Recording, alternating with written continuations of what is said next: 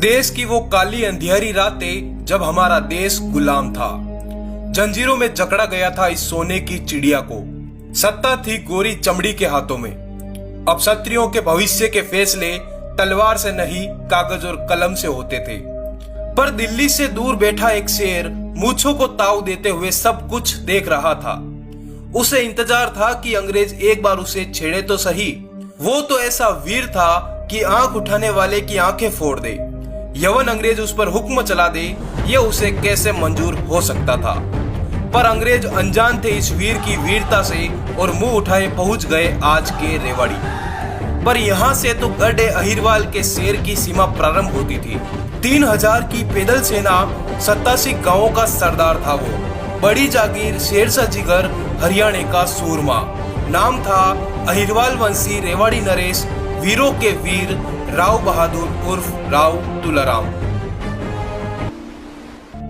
इतिहास के पन्नों में इस शेर की शौर्य गाथा की शुरुआत कुछ यूं होती है। जब राव तुलाराम मात्र 14 वर्ष के थे, तब इनके पिताजी का स्वर्गवास हो गया। पिताजी की मृत्यु के बाद राज्य का सारा भार माता पर आ गया।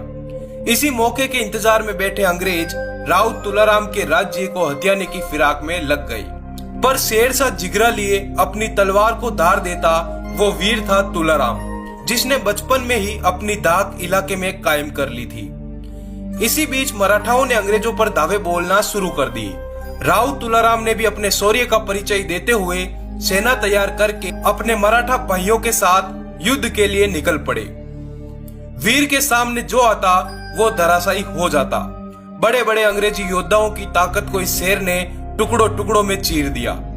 अंग्रेजी सिपाही इस वीर की वीरता से भयभीत हो गई। ऐसा वीर जो अंग्रेजों को उठा उठा के पटक रहा था। अंग्रेजों को वीर तुलाराम की वीरता का अनुभव हो गया था।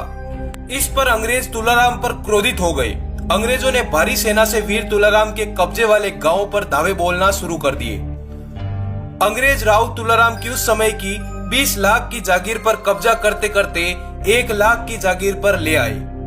पर तुलाराम शांत चित्त से मौके के इंतजार में थे। साल 1857 हिंदुस्तान में क्रांति के शंख फूंक दिए गए। इसी मौके के इंतजार में बैठे तुलाराम अपनी सेना के साथ हाथ में भगवा लेकर मेरठ में घुस गए।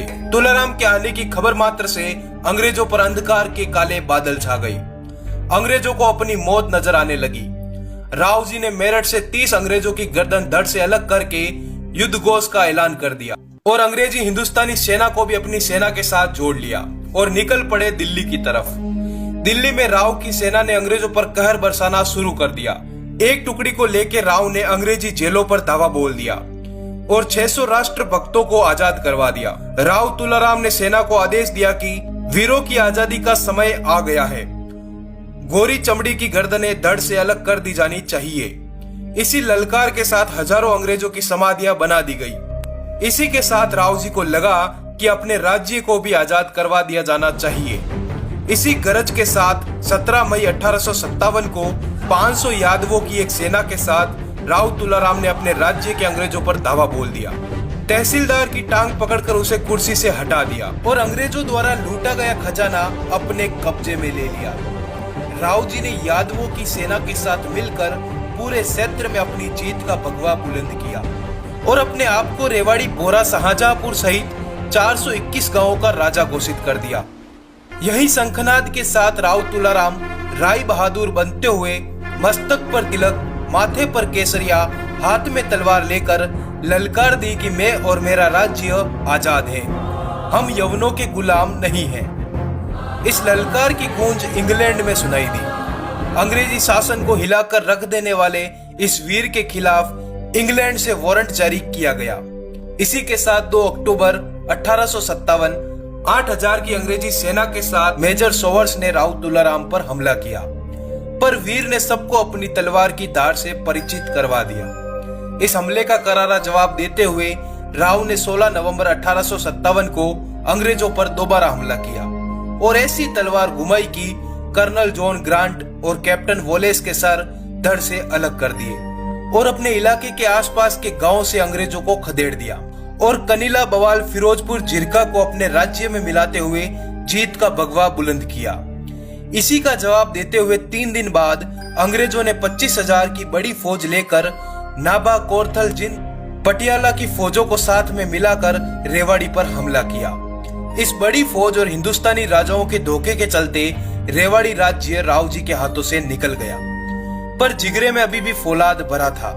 इसी फौलाद के साथ राव साहब पहुंच गए राजस्थान। राजस्थान में राजाओं की सहायता से रूस जाने का निर्णय किया गया। मारवाड़, बीकानेर, जयपुर के राजाओं ने राव को आर्थिक सहायता दी। राव निकल पड़े रूस के राजा जार से मिलने। आज भी राव तुलाराम के पत्र रूस के सेंट पीटर्सबर्ग के संग्रहालय में रखा है।